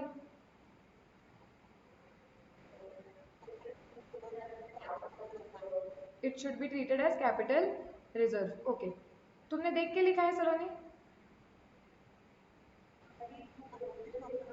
प्रोविजन देखा मतलब इधर आंसर का देखा या फिर ऊपर जाके ढूंढा? ढूंढा, अच्छा। सी, और बेटर हो सकता है आंसर, क्योंकि कैपिटल रिजर्व में तुमने डायरेक्ट क्या लिख दिया कि अकाउंटिंग, अभी देखो कितना ध्यान रखना पड़ता है, इधर प्लीज फोकस करो। जैसे तुमने लिखा कि accounting standard 12 does not allow government grant to be treated as revenue, ऐसे है क्या कि कभी भी अलाउ नहीं किया जाता है? नहीं ना। आपका सेंटेंस पढ़ के क्या लगता है कि AS12 में कोई भी गवर्नमेंट ग्रांट रेवेन्यू करके ट्रीट ही नहीं हो सकता है? आइडियली तुमने सोचना क्या चाहिए कि ये जो गवर्नमेंट ग्रांट मिली हुई है, इस गवर्नमेंट ग्रांट से रिलेटेड AS12 क्या बोलता है? सी हम कैसे लिख पाएंगे? हम ऐसे बोल सकते हैं कि तुम्हारे प्रोविजंस में फैक्ट्स ऑफ द केस तो फिर भी ठीक है, तुम शॉर्ट में वहां पे केस लिख सकते हो। क्या लिखोगे तुम ऊपर कि top and top limited it has set up a business in designated backward area since it has complied with all the conditions, it has received, receive ही हो गया है ना, हाँ, it has received government grant of ₹10 crores in January 2017. Now Top and Top Limited wishes to credit the entire amount to P&L. फिर हम नीचे लिखेंगे however as per the provisions of accounting standard 12. Now as per provisions of accounting standard 12 आप ये लिखोगे कि मुझे बताओ, आप चार्ट को थोड़ा सा अंडरस्टैंड करो कि ये गवर्नमेंट ग्रांट हमें कौन से रिलेशन में, सबसे पहले तो ये नॉन मॉनिटरी है क्या? नॉन मॉनिटरी है क्या? नॉन मॉनिटरी तो है ही नहीं, मुद्दा वहीं पे खत्म हो गया, नॉन मॉनिटरी क्या, तो मॉनिटरी का है। अब मॉनिटरी में भी क्या ये government grant has it been received for a specific fixed asset? How come yes? कौन से फिक्स्ड एसेट के लिए दिया है? ये कोई भी स्पेसिफिक फिक्स्ड एसेट के लिए नहीं है। कहाँ पे भी आपको क्वेश्चन में बताया है क्या कि ये 10 करोड़ यही मशीन के लिए यूज करने हैं? नहीं, उन्होंने क्या बोला है कि तुमने फैक्ट्री सेटअप की 10 करोड़ ले लो, so it is not received for specific fixed asset, मतलब ये अदर टाइप की ग्रांट हो गई है। अब अदर टाइप की ग्रांट में हमें सोचना पड़ेगा कि इसे कैपिटल अप्रोच में डालना है या इनकम अप्रोच में। तो मुझे बताओ, कैपिटल अप्रोच में डालने का क्या बोलते हैं? Is it showing characteristics of ये प्रमोटर्स कॉन्ट्रीब्यूशन और owners contribution? Is it given to you with reference to the total outlay? उन्होंने क्या बोला है, देखो सब्सिडी कैसे दी है, 20% ऑफ कॉस्ट ऑफ इन्वेस्टमेंट, कि जितनी भी इन्वेस्टमेंट होगी टोटलिटी बेसिस पे उसका 20% हम देंगे। तो डोंट यू थिंक कि it is given with reference to the total outlay? And are they expecting any repayment? क्या गवर्नमेंट ग्रांट ये 10 करोड़ उन्हें वापस देना कहीं पे बताया गया है? सो ये डोंट यू थिंक कि ये कैरेक्टरिस्टिक्स ओनर्स कॉन्ट्रीब्यूशन के है? प्लस रेवेन्यू के कॉन्ट्रीब्यूशन कैरेक्टरिस्टिक्स लग रहे हैं क्या? Has this organization earned it? Is it relating to any particular cost, to reimburse any particular cost? No. So इसमें ज्यादा कैरेक्टरिस्टिक्स है ओनर्स कॉन्ट्रीब्यूशन के, तो हम डायरेक्टली ऐसे लिख सकते हैं कि अकाउंटिंग स्टैंडर्ड 12 सेज दैट, क्या हम सबसे बोलेंगे कि here so whenever a monetary grant is received, check whether it is received for a specific fixed asset. So here this grant is not received for specific fixed asset. Okay, now this government grant which is received, accounting standard 12 says that whenever a grant shows the characteristics of promoter's contribution, like it is given with reference to total capital outlay and no repayment is expected, such government grant is to be accounted for as per capital approach and thereby it is credited to capital reserve. It is to be credited to capital reserve. तो ये पढ़ के हमें समझ जाता है कि ये गवर्नमेंट ग्रांट कोई फिक्स्ड एसेट के लिए नहीं मिली है, और अकाउंटिंग स्टैंडर्ड 12 बोलता है कि अगर आपको कोई भी गवर्नमेंट ग्रांट दिखती है जो ये कैरेक्टरिस्टिक्स पूरे करते हैं प्रमोटर्स कॉन्ट्रीब्यूशन के, तो वो कैपिटल रिजर्व में डालनी। अब उसे रिलेट करो ये वाली सिचुएशन को। Now here Top and Top Limited has received subsidy from government which is given with reference to total expenditure, that is 20% of cost of investment. No repayment is expected. Also, this grant is not given to meet any revenue expenditure. That is why, as per the provisions of Accounting Standard 12, it should be credited to capital reserve and crediting it to P&L would not be correct. अब क्या पढ़ने वाले को पूरा समझेगा क्या कि accounting standard 12 क्या बोलता है? हमने सब कवर किया देखो कि ये फिक्स्ड एसेट से, ये मॉनेटरी है, फिक्स्ड एसेट से रिलेट नहीं करती है। 12 बोलता है कि प्रमोटर्स कंट्रीब्यूशन के कैरेक्टरिस्टिक्स दिखाता है, तो कैपिटल रिजर्व को डालो। यहाँ पे वो प्रमोटर्स कंट्रीब्यूशन के कैरेक्टरिस्टिक्स दिखा रहा है, रेवेन्यू के कैरेक्टरिस्टिक्स नहीं दिखा रहा है, एंड दैट इज व्हाई वो जाना चाहिए कैपिटल रिजर्व को।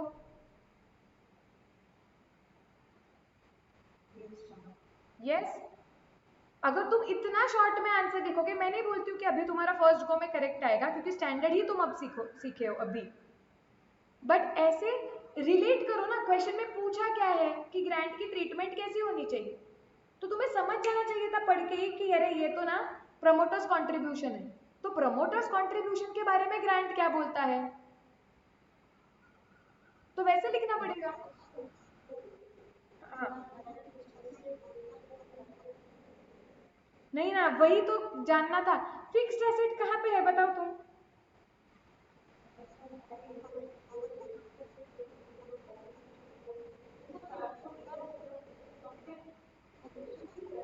उसी के लिए दिए ना, लेकिन स्पेसिफिक फिक्स्ड एसेट के लिए दिए हैं क्या?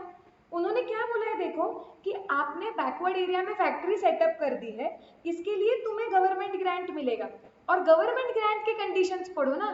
ग्रांट में बोला है क्या कि it is to be given, specific fixed asset कब बोलते हैं Kavya? when the conditions say that the government grant के conditions ये बोलते हैं that a grant is only to be used for purchase, construction or otherwise acquisition of specific fixed asset। यहाँ पे ऐसे नहीं है ना, गारंटी उन्होंने क्या बोला, तुमने फैक्ट्री सेटअप कर दी है ना, इसलिए हम तुम्हें टोटल खर्चे का 20% देंगे। कोई पर्टिकुलर फिक्स्ड एसेट के लिए दिया है क्या वो? तो स्पेसिफिक फिक्स्ड एसेट में जाना ही गलत था। वैभवी तुमने क्या सोचा?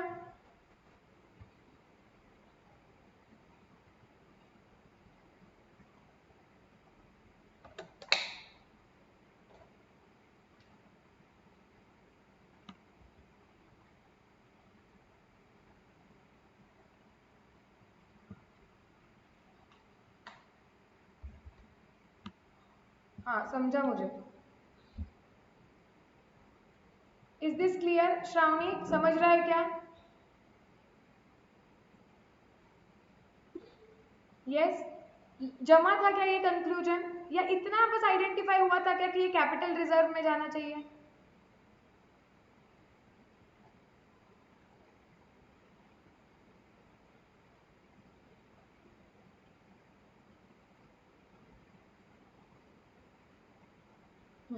प्रेजेंट कैसे करोगे, ये प्रैक्टिस से ही होगा, और वो करना पड़ेगा। This is compulsory 20 mark question accounting standard. So घर पे ये प्रैक्टिस करनी पड़ेगी कि फैक्ट लिखो, प्रोविजंस लिखो, कंक्लूजन लिखो। अब 5th स्टैंडर्ड में नहीं हो कि मैं सब लिख के लूंगी, हम लर्न करेंगे, तो 4 साल बाद सिलेबस कंप्लीट होगा। स्टैंडर्ड पूरा अच्छी तरीके से लर्न होना चाहिए। खुद होके हम यहाँ पे डिस्कस करेंगे लिखना कैसे है, लेकिन हर एक क्वेश्चन वापस से घर पे जाके लिखना है, इंस्टीट्यूट के आंसर से कंपेयर करना है। स्टेप नंबर 1, कंक्लूजन मैच हो गया तो कंसेप्ट क्लियर है, कंक्लूजन मैच नहीं हुआ वापस स्टैंडर्ड पे जाओ, स्टैंडर्ड क्लियर नहीं है, फिर लिखो। कंक्लूजन करेक्ट आ रहा है तो प्रेजेंटेशन देखो क्या लिखना चाहिए था, कौन से ऐसे वर्ड्स है जो वो लोग यूज कर रहे हैं जो हमसे नहीं होते यूज। डेलिबरेटली मेक श्योर कि वो सेंटेंसेस तुम लर्न करते हो, and then again present the answer. इस तरीके से ही अकाउंटिंग स्टैंडर्ड की तैयारी करनी है, तो ही 20 में से 18-19 मिलेंगे।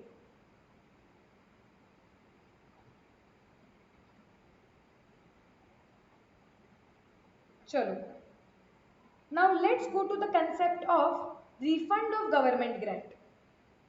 ओके,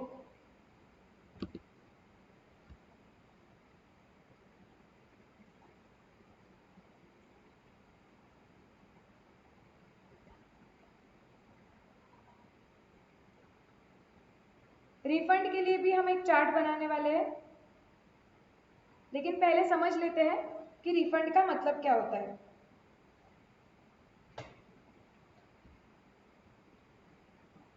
लिख दो हेडिंग।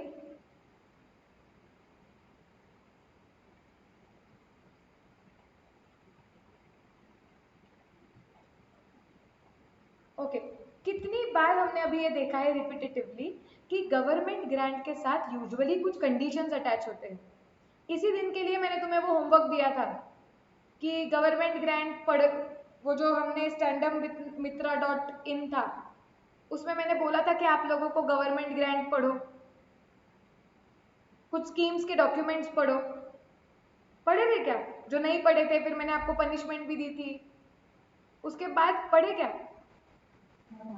यस तो वहां पे भी आपको दिखा होगा कि कुछ कंडीशंस बोले हैं गवर्नमेंट ने कि ये ग्रांट देंगे लेकिन ये कंडीशंस फुलफिल होने चाहिए। ये स्टैंडर्ड में भी देखा है।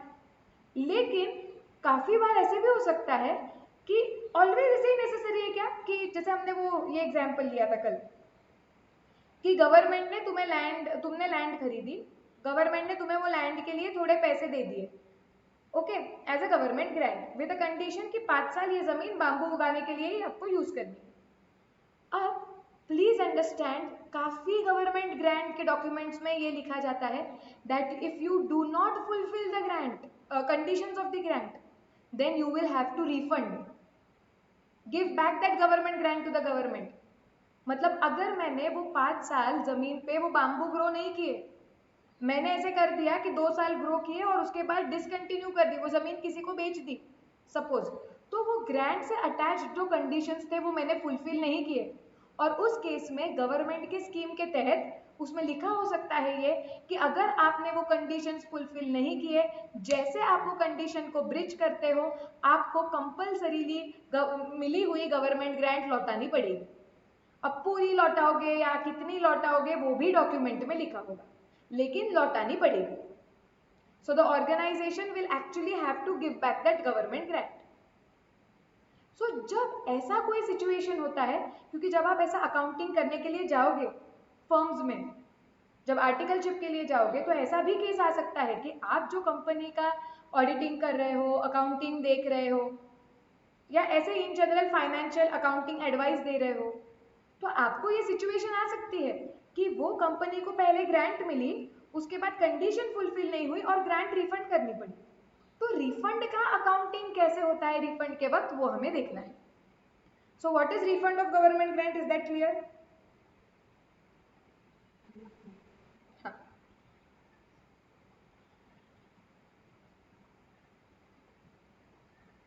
अब इसका चार्ट बनाएंगे अकाउंटिंग ट्रीटमेंट का।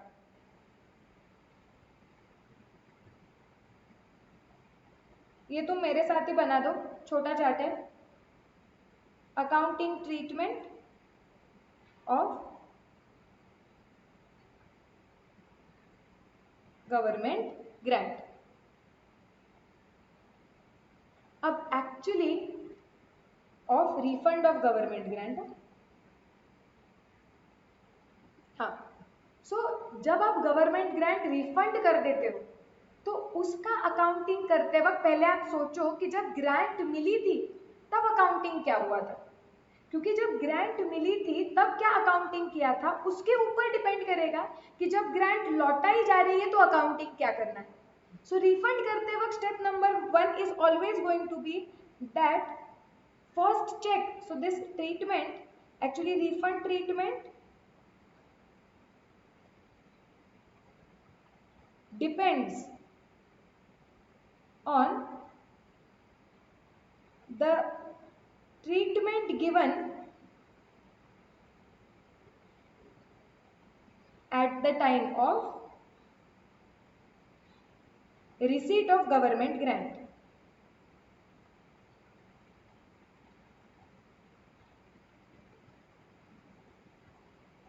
So, जब आपको गवर्नमेंट ग्रांट मिली थी तब आपने कौन से मेथड के हिसाब से अकाउंटिंग किया था या क्या अकाउंटिंग किया था, उसके ऊपर ये डिपेंड करेगा कि जब आप ग्रांट लौटा रहे हो आपको क्या अकाउंटिंग करना है। इधर तक क्लियर? Yes, okay. तो देखते हैं कि क्या क्या हो सकता है। पहला कि जब आपको गवर्नमेंट ग्रांट मिली थी आपने कॉस्ट रिडक्शन किया था, okay. So grant was reduced from the cost of the asset.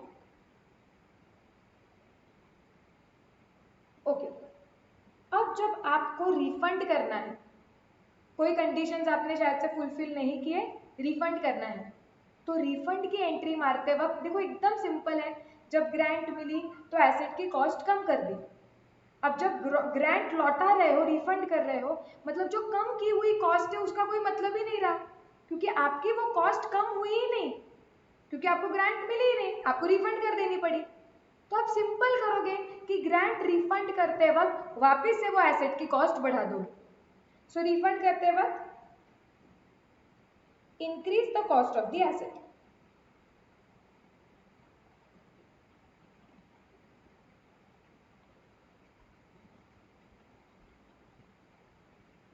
Okay, अब अगर एसेट के कॉस्ट को हाथ लगाया तो हमेशा मैं क्या बोलती हूँ, आपके दिमाग में क्या अलार्म बजना चाहिए? डेप्रिसिएशन भी चेंज होगा। ये ना तुम्हारे एकदम, तुम्हें नींद में भी कोई पूछे तो आना चाहिए, यही क्लिक होना चाहिए एग्जाम में भी कि अरे एसेट के कॉस्ट को हाथ लगाया हुआ है, मतलब डेप्रिसिएशन पे इम्पैक्ट आएगा। अब रिफंड करने के वजह से आपने वापस एसेट की कॉस्ट बढ़ा दी तो डेप्रिसिएशन चेंज होगा। अब मुझे बताओ डेप्रिसिएशन कैसे चेंज करना है? पिछले सालों के डेप्रिसिएशन को भी चेंज करते जाना है या अभी जो है वो आगे देखो? आगे से करेंगे। अब बोलेंगे ठीक है अभी रिफंड किया, एसेट की कॉस्ट बढ़ गई है, ये नई एसेट की कॉस्ट है, अब दिस ईयर मतलब जिस साल में रिफंड किया है उस साल और उसके आगे के सालों का तुम डेप्रिसिएशन चेंज करोगे। मतलब will the depreciation change prospectively और प्रोस्पेक्टिवली और रेट्रोस्पेक्टिवली? प्रोस्पेक्टिवली। सो हम यहाँ पे लिख देंगे डेप्रिसिएशन विल चेंज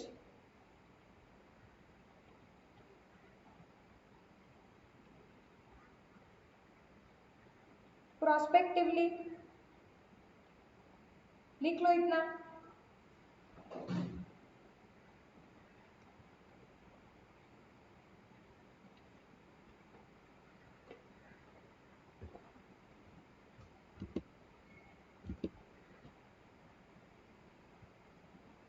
एक 15 मिनट ज्यादा ले लूं क्या मैं लेक्चर, या तुम्हारा लाइव होता है दूसरा कोई?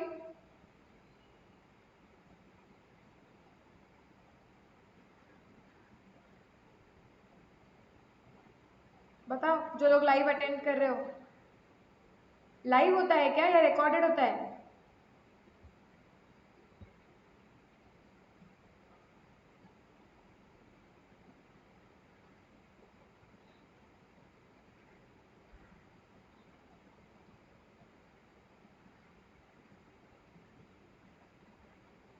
ठीक है, चलो तो एक काम करते हैं, फिर यहीं पे स्टॉप करते हैं since you have next lecture.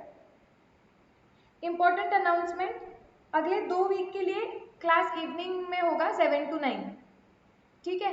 Hence ये वीक में क्लास सैटरडे को भी होने वाला है, संडे को भी होने वाला है, because I need to complete Sunday तक कुछ पार्ट जो डिसाइडेड है मेरा, तो वो कंप्लीट करना है मुझे, तो क्लास सैटरडे को भी होगा और संडे को भी होगा। Are we clear? अभी तक जितना किया है वो रिवाइज करो, कल हम रिफंड पार्ट कंटिन्यू करेंगे और क्वेश्चन बैंक सॉल्व करेंगे।